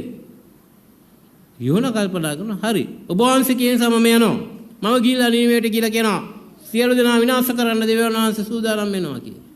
හැබැයි ඊට පස්සේ ඕන් මනස්ථාපනය වෙලා හරි මොකක් හරි වුණොත් ඔබ වහන්සේ ඕන්ට කමා කරලා උන්න බේරයි. එතන මොකද වෙන්නේ? මම බොරුකාරය වෙනවනේ. මම නේද බොරුකාරය වෙන්නේ අන්තිමට. ඔබ වහන්සේ කියන එක මම කරන්න ගියාම අන්තිමට මම බොරුකාරය වෙනවා. නේද? ඒ නිසා මට බෑ යන්න. යෝනා හිතන්නේ එහෙමයි. දෙවියන් වහන්සේ කියන අර දසලක්ෂයක් ඉන්න සෙනග විනාශ වෙන්නේ නැති වෙන බේරගන්න ඔයා ගිහිල්ලා කියන්න. ඒතකොට ඒගොල්ලෝ හැරලා බේරේ. යෝනා කල්පනා කරන්නේ මගේ කියපු වචනේ වැරදුනා මම බොරුකාරයා වෙනවා. යෝනාට දසලක්ෂයක සෙනගකට වඩා තමුන් බොරුකාරයා නොවීමයි අවශ්‍ය වෙන්නේ. දසලක්ෂයක සෙනග මැරිලා ගියත් කමක් නැහැ. නේද? මම බොරුකාරයා නොවි. දැන් මොකද වෙන්නේ? යෝනා ඒ නිසා නිසකම අමතක කරලා ස්වාමීන් වහන්සේ කරුණාව තුරුනාන්සේ අපිට කියනවා උන්වහන්සේ කියන දේ දෙනවයි. යෝනා කියනවා නෑ නෑ ඔබ වහන්සේ කියන දේ කරන්නේ නෑ. ඔබ වහන්සේ මේක කියලා වෙන දෙයක් කරයි. නේද? මට විශ්වාස නෑ ඔබ වහන්සේ. ඒ නිසා මම පැනලා යනවා. ඉතින් මොකද වෙන්නේ? පැනලා ගිහිල්ලා දන්නවනේ. අන්තිමේ මාළුවාගේ බඩේ දවස් 3ක් ඉන්නකොට ආනේ ස්වාමීන් මට වැරදුනා කියනකොට ඉතින් ස්වාමීන් වහන්සේ මාළුවාට කියන ඔන්න එළියට දාන්නකෝ කියලා. නේද? එළියට දැම්මම ආයෙ ගිහිල්ලා ඉතින් හද හැදිලා යනවා. නෑ දැන් මං යනවා කතා කරන්න කියලා ගිහලා නිනිවේට ගිහලා නෝවා ඉතින් හරි පඬිතයා වගේ කතා කරනවා නේද? කතා කරනවා ඔබ සියලු දෙනා විනාශ කරනවා දෙවියන් වහන්සේ. ඉතින් ඒතර මිනිස්සු ඉතින් බය වෙනවා. බය වෙලා මොකද කරන්නේ? අන්තිමේදී මේ මිනිස්සු පසුතැවිලි වෙනවා. යෝනා හිතනවා හිත යටින් පසුතැවිලි වෙන්නේ නෑ. දැන් මේ මිනිසුන් දෙවියන් වහන්සේ දැන් වැඩක් කරනවා. උන් විනාශ වෙනවා ඔක්කොමලා. එතකොට මම කියපු අනාගත වාක්‍ය හරියනවා. ඔන්න දැන් හරි කියලා මිනිහා බලාගෙන ඉන්නේ. යෝනාට ඕනේ ඒක වෙන්න. දෙවියන් වහන්සේට ඕනේ ඒක නෙමෙයි. ඒ නිසා යෝනා එහෙම කියලා ඉවර වෙලා දැන් පැත්තකට වෙලා තමුන් විනාශ වෙන්නේ නැති වෙන්න පැත්තකට වෙලා ඉඳන් නිනිවේ දිහා බලාගෙන ඉන්න. නිනිවේ දිහා බලාගෙන ඉන්නේ මොකක්ද යෝනා? විනාශ වෙනවා දකින්න. දැන් ස්වාමීන් වහන්සේ ගිනියවලා නිනිවේ විනාශ කරයි. දැන් මිනිස්සු පිච්චේ වැටේ විනාශ වේ. ඒතර මම කියපු අනාගත වාක්‍ය හරියනවා. යෝනා ප්‍රබල අනාගත වක්තෘවරයෙක් වෙනවා කියලා හිතාගෙන එළියේ ඉඳන් බලාගෙන ඉන්නවා. දැන් මොකද වෙන්නේ? ස්වාමීන් වහන්සේ අනිත් පැත්ත කරනවා. මිනිස්සු පසුතැවිලි වෙනවා. මිනිස්සු ගෝණිරි දෙයදගෙන අලු වල තැවිලා පසුතැවිලි වෙනවා. ස්වාමීන් වහන්සේ උනට කියනවා නුඹ ගිහිලා කියන්න මම විනාශ කරන්නේ නැහැ කියලා. යෝනට තරහ යනවා. මම කිව්වනේ ඔක. ඔබ වහන්සේට මම කිව්වනේ. උතන ගිහලා දැන් මම බොරුකාරයා වෙනවනේ කියලා. කියලා. එතකොට දෙවියන් වහන්සේ කියනවා යෝන නුඹට මෙච්චර තරහ යන්නේ ඇයි? එහෙම දේව වචන කියන නුඹට මෙච්චර තරහ යන්නේ. මම නුඹට කිව්වේ ගිහිලා උන් විනාශ වෙන්නේ නැහැ කියලා කියන්නේ. මට බෑ කියලා දැන් යෝනා ඉන්නවා. ඉන්න අතරේ ඔන්න තරහෙන් ගිහිලා නිදාගෙන. දෙවියන් වහන්සේ පොඩි වීලුවක් කරනවා යෝනට. තරහ ඇවිල්ලා දැන් අවුව රස්නේ යෝනා ඉතින් රස්නේ එතන ඉන්න අතරේ ලැබු ඇලක් හැදෙනවා පහුවෙන්දා. පහුවෙන්දා බලනවා නෝවාට යෝනාට හරි හේවණක් තියෙනවා නේද? හොඳට හේවණේ යෝනා ඉන්න දැන් සන්තෝෂයි. කමන්නේ දෙවියන් වහන්සේ මේවා කරත් මට හොඳ දැන් හේවණක් තියෙනවා. පහුවෙන්දා ස්වාමීන් වහන්සේ මොකක්ද දෙන්නේ පණුවෙක් වෙනවා. අර යෝනා ඔක්කොම බලාගෙන හිටපු ලැබු ඇල විනාශ වෙලා යනවා. ඒතර යෝනාට ආයෙ තරහ යනවා. මේ ලැබු ඇලත් දැන් විනාශ වෙලා ගියානේ නේද? මම මේ කට්ටාවුවේ දැන් පිච්චෙනවා. ලැබු ඇලත් විනාශ වුණානේ. ඒතර ස්වාමීන් වහන්සේ කියනවා නුඹ ලැබු ඇල විනාශ වීම ගැන කනගාටු වෙනවා. ලක්ෂ ගාණක් සෙනග විනාශ වුණා නම් හරි ඒ විනාශ නොවීම ගැන නුඹ කනගාටු වෙන්නේ නැහැ. විනාශ වෙන්න ගියකෙන් බේරිච්ච ගැන නුඹ සතුටු වෙන්නේ නැහැ. නුඹ කනගාටු වෙනවා ලැබු ඇල ගැන කියලා. ඒ නිසා මතක තියාගන්න නිසකකම ස්වාමීන් වහන්සේව ජජ් කරන්න යන්න එපා. උන්වහන්සේ මෙහෙම කියයි මෙහෙම කියයි මෙහෙම වෙයි හිතන්න එපා. ස්වාමීන් වහන්සේගේ අතට අහු වුණ දේ කරන්න. ස්වාමීන් වහන්සේ කියන දේ කරන්න. උන්වහන්සේ කියනවා මම නුඹ නිසකකම තිබෙනවා නම් සැක නොකර විශ්වාස කරනවා නම් මම නුඹ කියන දේ කරනවායි කියලා. අපි ගොඩක් වෙලාවට ස්වාමීන් වහන්සේගේ ක්‍රියාවත් එක්ක වෙන දේවල් හදාගෙන ඉන්නවා. මෙහෙම වුණා ඒ නිසා වෙන්නේ නැහැ. ස්වාමීන් වහන්සේට මේක ක්‍රියා කරන්න පුළුවන් මේ විදියට විතරයි කියලා අපි හිතනවා. ස්වාමීන් වහන්සේ මෙහෙම බෑනේ. එක සහෝදරයෙක් මට කතා කළා බ්‍රදර් මට පණිවිඩ ගොඩක් ලැබුණා එක අයතුලින්. ඒ නිසා දැන් ස්වාමීන් වහන්සේ ක්‍රියා කරන්න ඕනේ මේක තුලින් විතරයි කියලා. මම කොහොමද එහෙම කියන්නේ? නෑ මාස 3කින් මේක එන්න ඕනේ. මේක මෙහෙම වෙන්න ඕනේ. මේ 5-6ක් කියනවා. එයා ඔක්කොම කල්පනා කරලා ස්වාමීන් වහන්සේ දැන් ක්‍රියා කරන්නේ යාළුවෙක් ඇවිල්ලා පාරදී හම්බ වෙලා ඒ විදිහට තමයි ක්‍රියා කරන්නේ. අපි ගොඩක් දේවල් පෙග්ස් ගහගෙන ඉන්නවා. ගහගෙන සීමා කරනවා ස්වාමීන් වහන්සේගේ බලය ගැන. ස්වාමීන් වහන්සේ ක්‍රියාව හිතන්න එපා එහෙම. උන්වහන්සේව නිසකව සැක නොකර විශ්වාස කරන්න උන්වහන්සේ ක්‍රියා කරනවා. උන්වහන්සේ දීපේක ඉෂ්ට කරනවා. උන්වහන්සේ සියල්ල තුල සම්පූර්ණ කරනවා. උන්වහන්සේ ඔබට උදව් කරනවා, මඟ පෙන්වනවා හරි. නමුත් ඔබව රඳවන්නේ නැහැ යම් තැනක. උන්වහන්සේ ඔබට දෙන්නේ සම්පූර්ණ පික්චර් එක. උන්වහන්සේ තුල විශ්වාසවන්තව සිටින උන්වහන්සේ ආශිර්වාද කරනවා. ඊළඟ කාරණේ අධෛර්ය වෙන අනිත් කාරණාව අපි දකිනවා පස්වෙනි කාරණාව හැටියට එළදරව් 2:4-5 එළදරව් 2:4-5 නමුත් නුඹේ පළමු ප්‍රේමයේ අත්හැරියේ යන කාරණය නුඹට විරුද්ධව මට ඇත්තේය. එබැවින් නුඹ වැටී සිටින්නේ කොතනින්දයි සිහිකොට පශ්චාත්තාප පළමු ක්‍රියාවන් කරන්න. නැතහොත් මම නුඹ ළඟට ඇවිත් නුඹ පශ්චාත්තාප නොවනවා නම් නුඹේ පහන් රුක ස්වකීය ස්ථානයෙන් අහක් කරන්නෙමි. නමුත් නුඹේ පළමු ප්‍රේම අත්හැරී යන කාරණය නුඹට විරුද්ධව මට ඇත්තේය. පළමු ප්‍රේමයෙන් වැටීම. ස්වාමීන් වහන්සේ තුල සම්බන්ධතාවයෙන් අයින් වීම. දැන් ෆස්ට් ලව් කිව්වහම වෙන එකක් හිතන්න සමහර ගොඩක් අය නේද? පළමු ප්‍රේමය කිව්වම ඒ ප්‍රේමයට වඩා ඒ ගොඩක් කලාට ඊට වඩා වටිනා එකක් මේක නේද? ස්වාමීන් වහන්සේ තුල මුලදී තිබුණා වූ ආදරය නැත්නම් උන්වහන්සේ තිබුණා බැඳීම පැහැලා හැලලා පල්ලෙහාට බැහැලා තියෙන එක කියන එක තමයි මෙතනින් කරන්නේ. සමහර කලාට අපි ස්වාමීන් වහන්සේ තුල විශ්වාසවන්තව යනවා. උන්වහන්සේ වෙන කියනවා මෝඩ දෙයක් මම කරන්න කැමතියි කියලා නේද? පස්සේ අන්තිමේදී කියනවා මම ස්වාමීන් වහන්සේව අඳුරන්නේ නැහැ කියලා. නේද? අන්තිමේදී කියනවා මම අඳුරන්නෙත් නැහැ, දන්නෙත් නැහැ එහෙම කෙනෙක් කියලා. පැහැදිලිද? ඒ නිසා පළමු ප්‍රේමයෙන් විරුද්ධව ඒකෙන් වැටී යාම ගැන උන්වහන්සේගේ වචනය තුල අපිට කියනවා. මොකද්ද මේකෙන් කියන්නේ? අපි ස්වාමීන් වහන්සේ තුල ගමන් කරනකොට උන්වහන්සේ සමග ප්‍රේමයෙන් ගමන් කරන්න තියෙනවා. අපිට උන්වහන්සේ ආදරේ බව, උන්වහන්සේ අප සමග ඉන්න බව විශ්වාස කරන්න ඕනේ. ගොඩක් වෙලාවට අපි කල්පනා කරන එක සහෝදරයෙක් මට දවසක් කතා කරලා කියනවා, බ්‍රදර් මම ආත්මිකව වැටිලා කියලා. මම ඇහුවා ඇයි එහෙම කියන්නේ? එයා කියනවා අවුරුදු 3කට ඉස්සෙල්ලා මට පුදුම විදියට ආත්මයෙන් යාඥා කරලා එහෙම කරන්න පුළුවන්. දැන් මට එහෙම බෑ. මම ඇහුවා කොහොමද ඔයා එහෙම කියන්නේ? නෑ මට එහෙම තේරෙන්නේ නෑ යාඥා කරන්න කියලා. මම ඇහුවා එයාගෙන් ඔබ ගමන් කරන්නේ මොන වගේ කාලයක්ද? මට ගොඩක් අමාරුකම් මැද්ද යනවා. මම එයාගෙන් ඇහුවා ස්වාමීන් වහන්සේවත් එක්ක ඉන්නවා කියලා වට තේරෙන්නේ නැද්ද දැන් කියලා. ඒතොර එයා කල්පනා කරා නෑ ස්වාමීන් වහන්සේ මාත් එක්ක ඉන්නවා කියලා. අපි සලකනවා අපේ ආත්මිකත්වයේ අපිම මට්ටමකට තබාගෙන ඉන්නවා. මම මාවම ඉවැලුවේට් කරගන්නවා. මම මාවම තක්සේරු කරගන්නවා. මේක තමයි මගේ ආත්මික මට්ටම කියලා. නමුත් අපේ ආත්මික මට්ටම තීරණය වෙන්නේ ඒකෙන් නෙවෙයි. ස්වාමීන් වහන්සේගේ ප්‍රේමය අපි තුල කොච්චරක් තියෙනවද කියන එක. උන්වහන්සේ අපිට කොච්චර ආදරේද කියන එක මත. උන්වහන්සේට අපි කොච්චර බැඳිලා ඉන්නවද කියන එක මත. පෙට්‍රල් ගහන්න කාර් එකකට අරගෙන ගියාම පෙට්‍රල් ටැංක් එක ගිහලා පෙට්‍රල් ෂෙඩ් එකට ගිහලා ඉවරලා කවුරුත් අර පෙට්‍රල් ටැංක් එකෙම වැරලා වෙලා මේව කරේ ඇද පෙට්‍රල් අරකට වක් කරන්නේ නැහැ කවුරුත් නේද? කවුරුත් වක් කරනවද? එහෙම දැකලා තියෙනවද? බාල්දියකින් ඇදගෙන හරි මේ බටේ දිගේ ඇදගෙන ඇවිල්ලා මේක මොනවද කරන්නේ නැහැ නේද? නිකන් අර බලුසෑ මේ බටේ තියෙන එච්චරයි. ඊළඟට අර නිකන් මීටර එක අරගෙන සල්ලි දෙනවා එනවා නේද? මොකද්ද වෙන්නේ? මේ ප්‍රේමය වගේ මේ පෙට්‍රල් මේක ඇතුලේ තියෙන පීඩනය නිසා නිකම්ම ටැංකියට ගලාගෙන එනවා නේද? හැබැයි පෙට්‍රල් ෂෙඩ් එක ගාවට යන්න තියෙනවා. ගෙදර හිටියට පෙට්‍රල් පිරෙන්නේ නේද? පෙට්‍රල් ෂෙඩ් එක ගාවට යන්න තියෙනවා. ගියාට පස්සේ නිශ්චලව ඉන්නවා. පෙට්‍රල් පිරෙනවා. ඒ වගේ ප්‍රේමය ස්වාමීන් වහන්සේගෙන් ගලාගෙන එනවා. අපි විසින් ඇදලා ගන්නව නෙවෙයි. ප්‍රේමය අපි විසින් උන්වහන්සේගෙන් ඇදලා ගන්න දෙයක් නෙවෙයි. උන්වහන්සේගෙන් ඉබේම ගලාගෙන එන එක. ගස්වල මුල් තියේදී වතුර ගිහිල්ලා මුල ගිහිල්ලා වතුර තියෙන තැනට ස්පර්ශ වෙලා තියෙනවා විතරයි වෙන්නේ.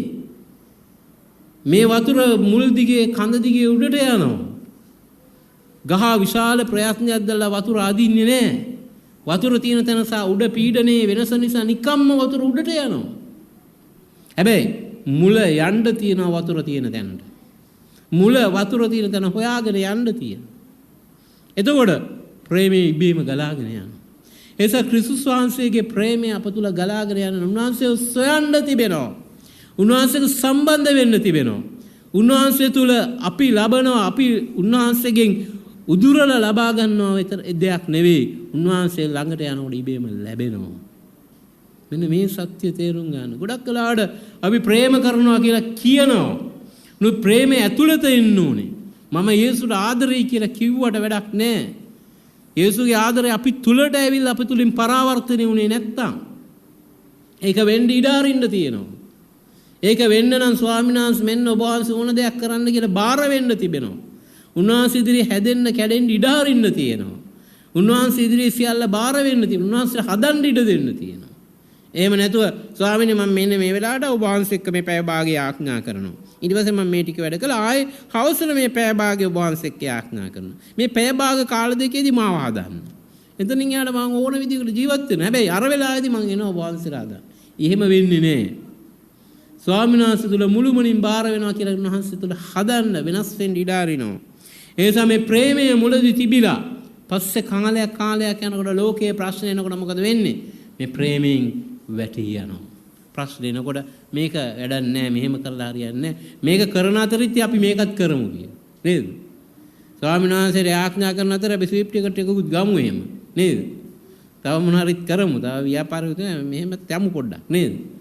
එහෙම නෙවෙයි. ඒක සහෝදරි මට දවසක් කතා කරලා කියනවා මගේ දරුවා රසණීයයි. ප්‍රද ආඥා කරන්න කියලා. මම කිව්වා ඔබට විශ්වාසද ජේසුස් සුව කරනවායි කියලා. ඔව් විශ්වාසයි. මම කිව්වා යාඥා කරන්න මම ඔබ විශ්වාස කරනවා නම් කියලා. ඔව් මහත්තයා ගල් 10ක් ගහනකොට එකක් හරි වදිනවනේ කිව්වා. ගල් 10ක් ගහනකොට එකක් හරි වදිනවනේ. මං කිව්වා 10ක් නෙවෙයි එකක්වත් වදින්නේ නැහැ යන්න කියලා. ස්වාමීන් වහන්සේ 10ක් ගහලා එකක් හරියන එකක් නෙවෙයි මේ. ස්වාමීන් වහන්සේ තුල විශ්වාස කරන එකකින් විතරයි හරියන්නේ. ඒකත් එක තව දේවල් කරගෙන නෙවෙයි. ස්වාමීන් වහන්සේ විශ්වාස කරනවා විශ්වාසය කියලා විශ්වාසයෙන් ගමන් කරනවායි කියන එකයි. ඒ නිසා විශ්වාසය හරියට බාර දෙන්න. කොයි වගේද විශ්වාස කරන්න ඕනේ? ලොකු විශාරදයෙක් වගේද? රජ කෙනෙක් වගේද? පූජකයෙක් වගේද? නායකයෙක් වගේද? කවුරු වගේද විශ්වාස කරන්න ඕනේ? ඒතර අපි විශ්වාසයේ මනින්නේ කොයි විදියටද? අපි සාමාන්‍ය මනින්නේ ශක්තිය මනින්නේ ලොකු සමහත යෝධයෙක් වගේ හිටියොත් එයා ශක්තිමත් කියලා කියනවා නේද? හොඳට දැනුම තියෙන හොඳට විභාග පාස් වුණොත් එයා හොඳට අධ්‍යාපනය ලැබපු කෙනෙක් කියලා කියනවා. ඒතර හොඳ ඇදහිල්ලක් තියෙන කෙනා බලන්නේ විශ්වාසවන්තභාවය බලන්නේ කොහෙන්ද? කොහමද? සමහත කෙනෙක් එහෙමද? නේ. ක්වොලිෆිකේෂන්ස් ටික බලලා. නේ. මොකද්ද? මිනුම් දන්න මොකද්ද? ස්වාමීන් වහන්සේ කියනවා කුඩා දරුවෙක් වගේ නේද? පුංචි ළමෙක් වගේ නේද? පුංචි ළමයට පුතා මේ ගිහලා ගේන්න කිව්වම එයා හිතනවා නෑ නෑ මේ යනකොට මේක කඩාගෙන වැටේ. එහෙම හිතනවා. නෑ නේද? කිව්වට පස්සේ ගේනවා. child like faith. කුඩා දරුවෙක් වගේ විශ්වාස කරේ. මෙන්න මේකයි අවශ්‍ය වෙන්නේ. ස්වාමීන් වහන්සේ කියනවා මෙන්න මේ වගේ තියනවා නම් ඉල්ලන්න ලැබෙනවා, ඔස්වන්න සම්බ වෙනවා, තට්ටු කරන්න දොරාරුන් ලැබෙනවා. ඒ නිසා මුල් ප්‍රේමයෙන් වැටිලා කියලා කියන්නේ අපි වර්ධනය වෙනකොට අපි හිතනවා ස්වාමීන් වහන්සේ ක්‍රියා කරන්නේ අපි කරන නිසා යමක් කියලා. අපි කරන නිසා නෙවෙයි, ස්වාමීන් වහන්සේ අපිට ආදරේ නිසා. මේ දරුවෙක් වගේ යටහත් පහත් වීම අවශ්‍ය වෙනවා. එක පියෙක් හිටියා ඔහුට එකම පුතා හිටියේ. ඒ පුතා ඔහුට හැමතිස්සෙම පුතා සහ පියා අතරේ රණ්ඩු තිබුණා. ඒ නිසා ඔහු පුතා ඒ ස්ථානින් ඉවත් වෙලා වෙන තැනකට යනකොට පියා පුතාට කියනවා ඔබ මාව විශ්වාස කරන්නේ හැමදාම අපි දෙන්න කතා කරන්න කියොත් රණ්ඩු වෙනවා. ඔබ මාව කිසිසේත් විශ්වාස කරන්නේ. හැබැයි මම ඔබ දැන් යන එක මම නවත්තන්න යන්නේ නැහැ. හැබැයි මම ඔබට මේ කාඩ් එකක් දෙන්නම්. ඔබට කවදා හරි හිතුනොත් මම ඔබ වෙනුවෙන් යමක් කරලා තියෙනවා කියලා. ඔබ මේ කාඩ් එක පෙන්නලා මුදලක් ගන්න. ඔබට මාව විශ්වාස නම්. නැත්තම් ඔබට ඕන විදියට ජීවත් වෙන්න කියලා. ඔව් මේ කලබලයේ කතරට බෑග් එක දාගෙන ඔහු යනවා. ඊට පස්සේ යම් කාලයක ගිහිලා ඔහුගේ මහන්සියෙන් හම්බ කරගෙන ගිහිලා අන්තිමේදී ඔහුගේ සියලුම දේවල් නැති වෙලා ඔහුට කිසිම ජීවත් වෙන්න මාර්ගයක් නැතිකොට ඔහු ගිහිලා හෝටලයක වැඩ කරමින් පිගන් හොදමින් ජීවත් වෙනවා. එහෙම යනකොට ඔහු දවසක් අහම්බෙන් ඔහුගේ ගෙනාව බඩු ටික අස් කරන මේ කාඩ් එක වැටෙනවා බිම. ඔහු කල්පනා කරනවා මේ මිනිස්සයා මේක දුන්නේ මට ඇයි? එතකොට මම කල්පනා කරනවා හැමදාම මට බොරු කරේ. මේකත් බොරුවක් තමයි කරලා තියෙන්නේ කියලා.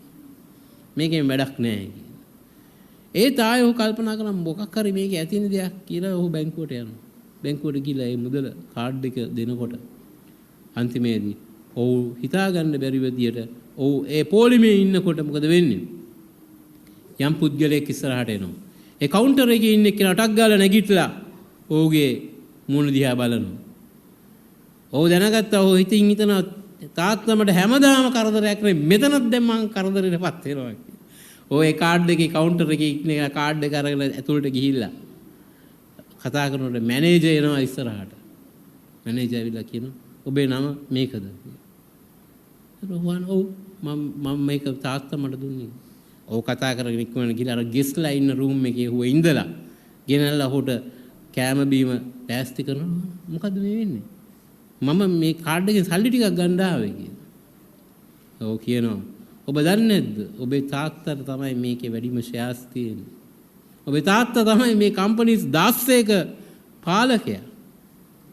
ඉතින් අපි ඔහුගේ පුතා මෙතනට ආවට පස්සේ අපි නොසලකා හරින්න බෑ. ඔව් එතකොට හිතනවා මම වැරදියට තේරුම් ගත්තා කියලා. ඒ නිසා මතක තියාගන්න මුල් ප්‍රේමය අමතක කරලා ගියාම අපිට ඇති වෙන්නේ කලකිරීමක්. නමුත් හරියට ආයෙත් සත්‍ය අවබෝධ කරගත්තොත් ධෛර්යයටපත් වෙන ස්වාමීන් වහන්සේ අපිට දැක්වුවා ප්‍රේමය ආරක්ෂා කරන හැම විටම හිතන්න ස්වාමීන් වහන්සේ අපිට ප්‍රේම කරන දෙවියන් වහන්සේ කොච්චර පීඩාවක් මොන ප්‍රශ්නයක් ආවත් ස්වාමීන් වහන්සේ අපිට ආදරය කරන තැනන් වහන්සේ කියලා. ඊට 6 වෙනි පදය අපි බලනවා පද 7යි අපි මෙනෙහි කරන්නේ. 6 වෙනි පදේ අපි බලමු. නමුත් අපි වනාහි විනාශ වෙන ලෙස පසුබට වීමට නොව ප්‍රාණය ගැලවෙන ලෙස ඇදහිීමට අයත් වෙමුවා. නමුත් අපි වනාහි විනාශ වන ලෙස පසුබට වීමට නොව ප්‍රාණය ගැලවෙන ලෙස ඇදහිීමට අයත් වෙමු. දැන් මේ කලකිරීම තුල ගියාම නැත්නම් පසුබට වීම තුල ඇති වෙන්නේ අන්තිම ප්‍රතිඵලය මොකක්ද? විනාශ වෙලා යනවා. සම්පූර්ණ විනාශයට යනවා. පසුබට වීමට ඉඩ දුන්නොත් කලකිරීමට ඉඩ දුන්නොත් කලකිරීම වර්ධනය වෙලා කරන හැමදේම විනාශ වෙනවා. එන් සමහර අය කලකිරීමට ඉඩ දීලා මුළු ජීවිතේ කාලකන්ණි කරගන්නවා. මුළු ජීවිතේම විනාශ කරගන්නවා. ඒ නිසා මේ කලකිරීම සහ පසුබට වීමට ඉඩ දෙන්න එපා. මේක රෝගයක්. මේක ආත්මික රෝගයක්. ආත්මික රෝග වලින් තියෙන බරපතල රෝගයක් තමයි පසුබට වීම. පසුබට වීම කියලා කියන්නේ මොකක්වත් ධෛර්යයක් නැති වෙනවා පස්සේදී අන්තිමේ. දිගටම පස්සටම යනවා. රිවර්ස් එකේ යන්නේ. පසුබට වීම. ඒ නිසා ඉස්සරහට යන්න බෑ. මේක නිසා එක කලකිරීමක් ඇති වෙනවා. ඒක නිසා තව කලකිරීමක් ඇති වෙනවා. ඒක නිසා තවත් එකක් ඇති වෙනවා. දිගටම කලකිරීම ඇති වෙනවා. ඒ ධෛර්යය බිඳුවටම බහිනවා. ඒකයි මේ දේවචන කියන්නේ නමුත් අපි වනායි විනාශ වන ලෙස පසුබට වීමට නොව ප්‍රාණය ගැලවෙන පිස ඇදහිීමට අයිති වෙනවා. ඒ කියන්නේ පසුබට වීමේ කෙලවර විනාශයයි. ඒ නිසා කොහොමද මේ පසුබට වීම තත්වයෙන් ආය අනිත් පැත්තට හැරෙන්නේ? මේකට තියෙන දේ තමයි ස්වාමීන් වහන්සේගේ වචන විතර අපි ධෛර්යමත් ඉන්න ඕනි කියලා කියන්නේ. ඊශ්‍රායල් සෙනග මිස්රයෙන් මුදාගෙන එනකොට කාණ්ඩයක් ඇවිල්ලා උන්වහන්සේ කිව්වා මම නුඹලාට කිරියෙන් හා පැණියෙන් ඉතිරෙන අනර්ග දේශයකට මම නුඹලාව ගෙනියනවා කියලා. මේ දේශයේ සියලු දේ නුඹලාට ශාස්ත්‍රීයව තිබෙනවා කියලා මෝසස් තුලින් හාස්කම් කරලා මේ පොරොන්දු දේශය ළඟට ආවා. ළඟට ආවට පස්සේ 12 දෙනෙක් යවුවා දේශය හොයන්න. දේශය ගැන ඔත්තු බලන්න. මේ 12 දෙනාගෙන් 10 දෙනෙක් ඇවිල්ලා කියනවා මොකද්ද? මේක හරියන වැඩක් නෙවෙයි. මේ ඉන්නේ ලොකු යෝධයෝ ඉන්නේ. එතකොට අමෝරිවරු, හිත්තිවරු, හිවිවරු, එබුසිවරු හිටිය අය රටේ. ලොකු යෝධ මේගොල්ලොත් එක්ක අපිට සටන් කරන්න බෑ. මේගොල්ලොත් එක්ක අපිට ජය ගන්න බෑ. අපි නිකන් මුලාවක මේ යන්නේ. ඒ නිසා වැඩක් නැහැ මේක අතහැර දාලා යමු යන්න කියලා. 10 දෙනෙක් කියනවා කාලෙබ් සහ යෝෂුවා කියනවා නෑ. යෝධයෝ ඉන්න බව ඇත්ත.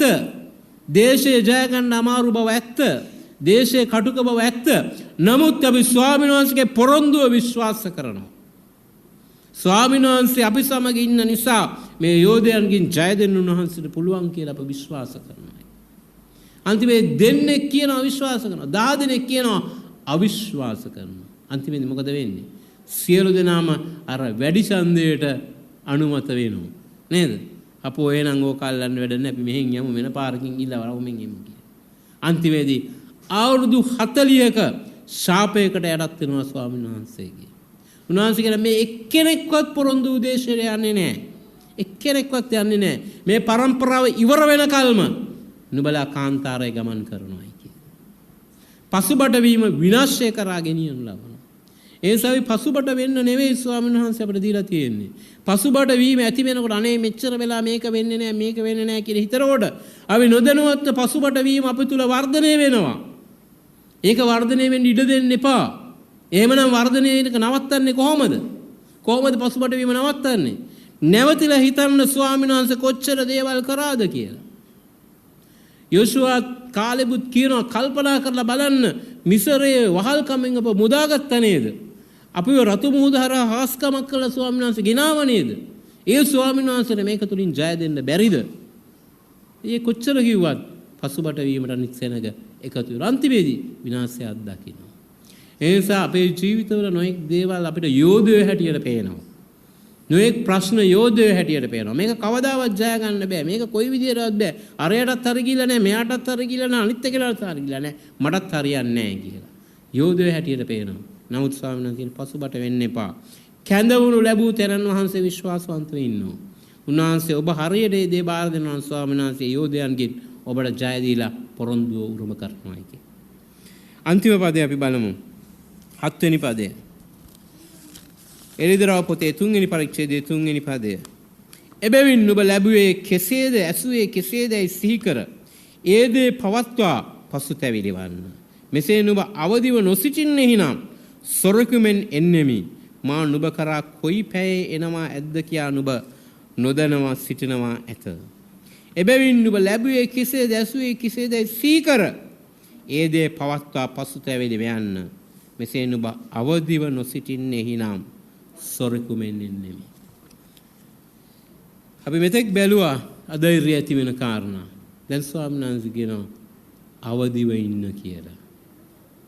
මේ සියලු දේවල් වෙනකොට අවදිව ඉන්න.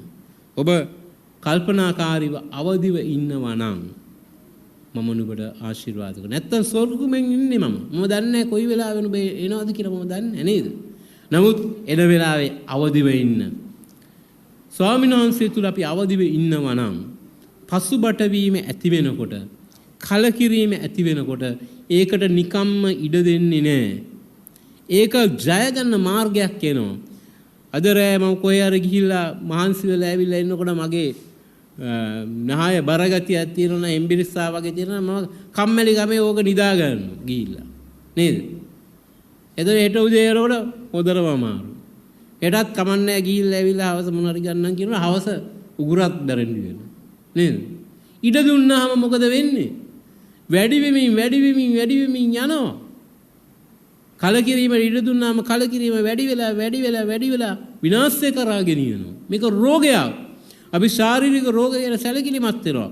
මානසික රෝග ගැන සැලකිලිමත් වෙනවා. නමුත් ආත්මික රෝග ගැන සැලකිලිමත් වෙන්නේ නැහැ.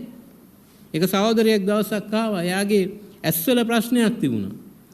එයා කියනවා මම මේක ගොඩක් වෙලාවට මගේ ශරීරයේ රෝගයක් හැටියට මම පෙන්නුවා. නොයෙක් ප්‍රතිකාර ගත්තා. ඒක හරි ගියේ නැහැ.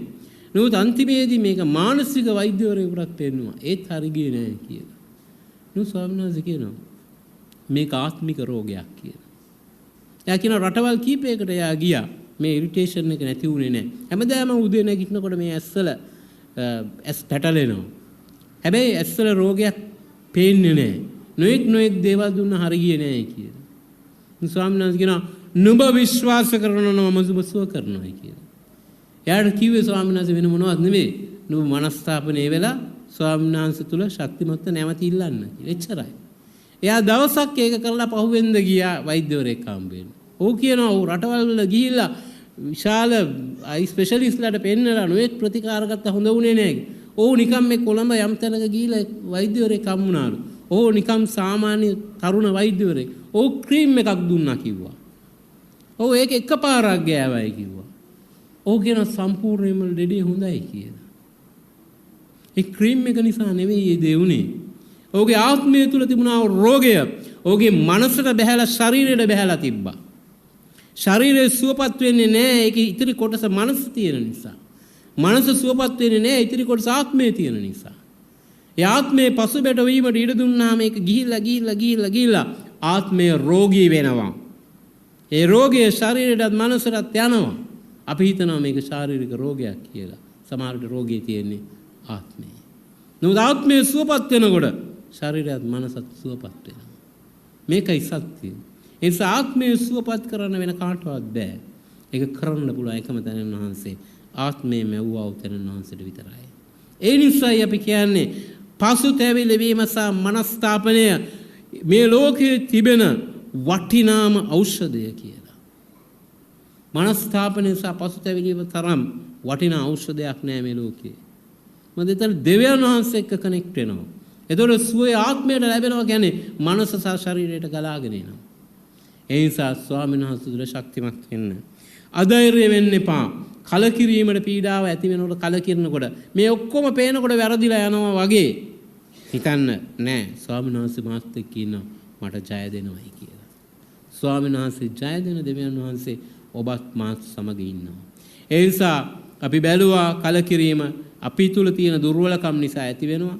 නොඑක් බාහිර අනිත් අය නිසා ඇති වෙනවා. අපි තුල තිබෙනා නැත්තම් බාහිර බලපෑම් නිසා ඇති වෙනවා. මේ සියල්ල දිහා අපි බැලුවාම අධෛර්යයේ මුලක් තියෙනවා. මේ මුලට හේතු වෙන දේ එක කාරණාවක්. අපි බැලුවා සිත දැඩි කරගෙන ඉන්නවා වෙනස් වෙන්නේ නැතුව. ඒ නිසා මේ ධෛර්යමත් වෙන්න නම් මේ දැඩි සිත අයින් කරලා උන්වහන්සේට කියන්න ස්වාමීනි මා මොලොක් කරන්න. මාව වෙනස් කරන්න. මාව අලුත් කරන්න කියලා. ඒ වගේම සුභාරංචියේ සත්‍ය මේ ලෝකයේ අපිට ජය දීලා මේ ලෝකයේ හැම දෙයක් තුලින්මත් ජය දීලා සදාතන ජීවිතේ ජය තියනව තනන් වහන්සේගේ වචනේ පා කරනවා නම් ඒක සුළු කරනවා නම් ඒක ගාණක් ගන්න නැතුව ඉන්නවා නම් කියන්න ස්වාමීනි ඔබ වහන්සේ මට ජය දෙන්නව දෙවියන් වහන්සේ මට හැමදේම පීඩා නැතුව ඉන්නව නෙවෙයි පීඩා මැද්දේ ඔබ වහන්සේ මාත් එක්ක ඉන්නවා එහෙම ඉන්න දෙවියන් වහන්සේ ඔබ වහන්සේ සම ලෝකේ පීඩා තිබෙන බව මම දන්නවා නමුත් ඔබ වහන්සේ මාත් සමග ඉන්න නිසා මට ජය තිබෙනවා කියන විශ්වාසය තුල ගමන් කරන්න. එවිට ඇදහිල්ල වර්ධනය වෙනවා, ධෛර්යවන්ත වෙනවා. තුන්වෙනි කාරණය වර්ධනය වෙන්නට උත්සාහ දරනවා. ඊයේ වගේ නෙමෙයි අද ස්වාමීන් වහන්සේලා මගේ ජීවිතය තවත් වෙනස් වෙන්න ඕනේ. ඊයේ මට කරන්න බැරි වුණා උදේ දැන් කරන්න පුළුවන්කම දෙන්න ඕනේ. ඊයේ මට ඇවිල්ලා කවුරු හරි බැනලා ගියාම 10 පාරක් බැන්න මට අද දවසේ 8 පාරක් හරි බැනලා බේරෙන්න පුළුවන් වෙන්න ඕනේ. එහෙම නැත්නම් බනින් නැතුව ඉන්න පුළුවන් වෙන්න ඕනේ. ඊළඟ දවසේ වර්ධනයක් මේකේ වර්ධනය මගේ ජීවිතය ඇතුලෙන් මට පේන්නේ නැත්තම් මට දැනෙන්නේ නැත්තම් මම ස්වාමීන් වහන්සේලා ඇත්තටම වර්ධනය වෙලා නැහැ. මට කලින් බැරි වුණා උදේ දැන් පුළුවන් වෙන්න ඕනේ. කලින් බැරි වුණා උදේ අද දවසේ පුළුවන් වෙන්න ඕනේ. එහෙනම් අපි වර්ධනය අපි තුල දකින්න ඕනේ. එහෙම වර්ධනය වෙනවා නම් ඇදහිල්ල වර්ධනය වෙනවා. ඒ සමගම අධෛර්ය තත්ත්වයෙන් මිදලා ධෛර්යමත් වෙනවා. ඒ වගේම නිසකකම ස්වාමීන් වහන්සේ කියපු දේ සැක නොකර විශ්වාස කරන්න. උන්වහන්සේ දීලා ඉවරලා යමක් කරලා බාගෙට නවත්තන්නේ නේ. ස්වාමීන් වහන්සේ කීවා උදේ මත විශ්වාස කරන්න නිසකව පවතින එක තුල. එතකොට ඔබ ඇදහිල්ලෙන් වර්ධනය වෙනවා වගේ මේ අධෛර්ය වීම අප තුල ඉවත් වෙනවා. ඒ වගේම පළමු ප්‍රේමයෙන් වැටී යාම ඉස්සර අපි ස්වාමීන් වහන්සේට හොඳට හිටියා. නමුත් දැන් කාලයක් යනකොට මේක නිකන් යන්ත්‍රයක් වගේ වෙලා ඔහේ යනවා උදේ ආඥා කරනවා අවසේ යනවා උදේ ආඥා කරනවා එහෙම යනවනම් ඒකාකාරීව යනවනම් සැම්සන්ගේ කතාව වගේ වෙනවනම් සැම්සන්ට බලය දුන්නාම යනවා පිලිස්තරුන්ට ගහනවා ආය එනවා ආය ගහනවා එනවා නේද සැම්සන් හිතුවා මගේ කොණ්ඩේ කැපුවත් කමන්නේ ඒත් පුළුවන් පිලිස්තිවරුන්ට ගහන්න කියලා අන්තිමේදී පිලිස්තරුන්ගේ අතර අහුවුණා. ඒ නිසා මේ ඒකාකාරී භවෙන් යන්න බෑ. මුල් ප්‍රේමයෙන් අපි කොච්චරක් දුරට ස්වාමීන් වහන්සේට ප්‍රේම කරනවද? උන්වහන්සේ තුල වැඩෙන්නට, උන්වහන්සේට වෙනස් කරනු ලබන්න ඉඩ දෙනවද කියන එක මත අපි වර්ධනය වෙනවා. ඒ වගේම අධෛර්ය කෙලවර මේ සියල්ලට ඉඩ දුන්නොත් අධෛර්ය කෙලවරට ගිහින් අපි අධෛර්ය තුල විනාශයටපත් වෙනවා. ස්වාමීන් වහන්සේ අපිට දීලා තියෙන විනාශයේ ජීවිතයක් නෙවෙයි. උන්වහන්සේ අපිට ජයග්‍රහණයේ ජීවිතයක් දීලා තියෙන්නේ. ඒ නිසා අධෛර්යයට ඉඩ දෙන්න එපා. මක්සත් අධෛර්ය අපව විනාශ කරනවා. අද දවසේ තිබෙන කලකිරීම හෙට දවසට ගෙනියන්න එපා. අද දවසේ තියෙන කලකිරීම හෙට දවසට ගෙනියන්න එපා. අවුරුද්ද අන්තිමේදී අධෛර්ය කොච්චරද කියලා මනින්න යන්න එපා. අවුරුද්දෙන් අවුරුද්දට අධෛර්ය ගෙනියන්න එපා. ස්වාමීන් වහන්සේ තුල විසඳ ගන්න ඉවර කරන්න. ස්වාමීන් වහන්සේට යැපෙන්න උත්සාහ කරන්න. එවිට ඒ අධෛර්ය ඔබ තුල පවතින්නේ නැහැ. ඔබ ස්වාමීන් වහන්සේ ඔබට ශක්තිය දෙනවා. අපි ඒක මෙනෙහි කරා. අන්තිමේදී අධෛර්ය නොවි අවදිව සිටින්න. ජීවිතේ හැම දෙයක් තුළම අපව කලකිරන දේවල් තමයි මේ ලෝකෙ සිද්ධ වෙන්නේ. අපි රස්සාවල් ගිහලා අවංක වැඩ කරොත් කලකිරෙනවා. යම් තැනක සේවය කරොත් කලකිරෙනවා. හැම තැනම කලකිරීම ඇති වෙනවා.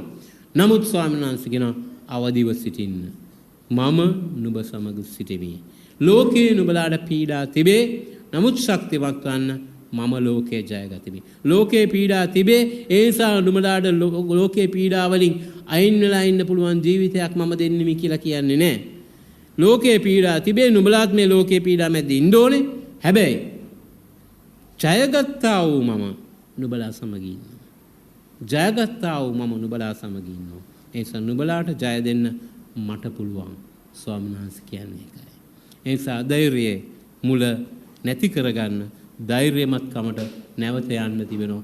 ඒ ධෛර්යමත්කම දෙන්නේ එදා ජොෂුවාව ධෛර්යමත් කරපු ස්වාමීන් වහන්සේ. මෝසෙස් සෙනග ගෙනල්ලා මෝසෙස් මැරුණට පස්සේ සෙනග ගෙනියන්න කවුරුත් නැහැ. ඒතර යොෂුවාට දෙවියන් වහන්සේ කියනවා ඔබ ගෙනියන්න සෙනග. මෝසෙස් යොෂුවා කල්පනා කරා මේ මෝසෙස්ට බැරි වෙච්ච අකීකරු සෙනග මම කොහොමද ගෙනියන්නේ? ඒතර යොෂුවා කලබල වෙනකොට ස්වාමීන් වහන්සේ කියනවා යොෂුවා 1:8-9 ශක්තිමත් වන්න ධෛර්යමත් වන්න බිය නොවෙන්න නොකැළඹෙන්න මක්නිසාද නුඹේ දෙවි ස්වාමින් වහන්සේ නුඹ යන සෑම තැනකම නුඹ සමග වැඩ සිටිනසේක. මේක ඉතාම වැදගත් පදයක්. මේක සටහන් කරගන්න. යොෂුවා 1:8 සහ 9. 1:9 වැදගත්ම පදයක්.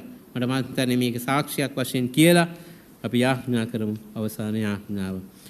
මගේ ජීවිතේත් අවුරුදු 30කට ඉස්සෙල්ලා කලකිරුණා වූ තත්ත්වයක හිටපු වෙලාවේ කිසිම දෙයක් කරගන්න බැරුව මගේ තුන්වෙනි දෙපාරක් මරණයේ සීමාවටපත් වෙලා ඉන්න වෙලාවේ මට ලැබුණා පණිවිඩය තමයි මේක. ඒක දේවදාසේ මට ඇවිල්ලා කිව්වා ප්‍රද ස්වාමීන් වහන්සේට යම් පදයක් දෙනවා. මේක සටහන් කරලා තබා ගන්න. මේක සටහන් කරලා තබා ගන්න. මේක ලයිෆ් ටයිම් ඇෂුරන්ස් එකක් කියලා. යොෂුවා 1:9. ශක්තිමත් වන්න, ධෛර්යමත් වන්න, බිය නොවෙන්න, නොකැළඹෙන්න. මක්සත් නුඹේ දෙවි ස්වාමීන් වහන්සේ නුඹ යන සෑම තැනකම නුඹ සමග වැඩ සිටිනසේක. ඒ නිසා අපි දකුණට ගියත් ස්වාමීන් වහන්සේ අප සමග, උතුරට ගියත් අපි ස්වාමීන් වහන්සේය. නුඹ මුහුදේ ඉතා දුරු කෙළවර හිටියත් ඒදීත් මාගේ හස්තය නුඹට මඟ පෙන්වන්නේ. අපි ආඥා කරමු. සුද්ධ පියාණන් වහන්සේ ස්තුති කරනවා ස්වාමීනි මේ අවස්ථාව ගැන.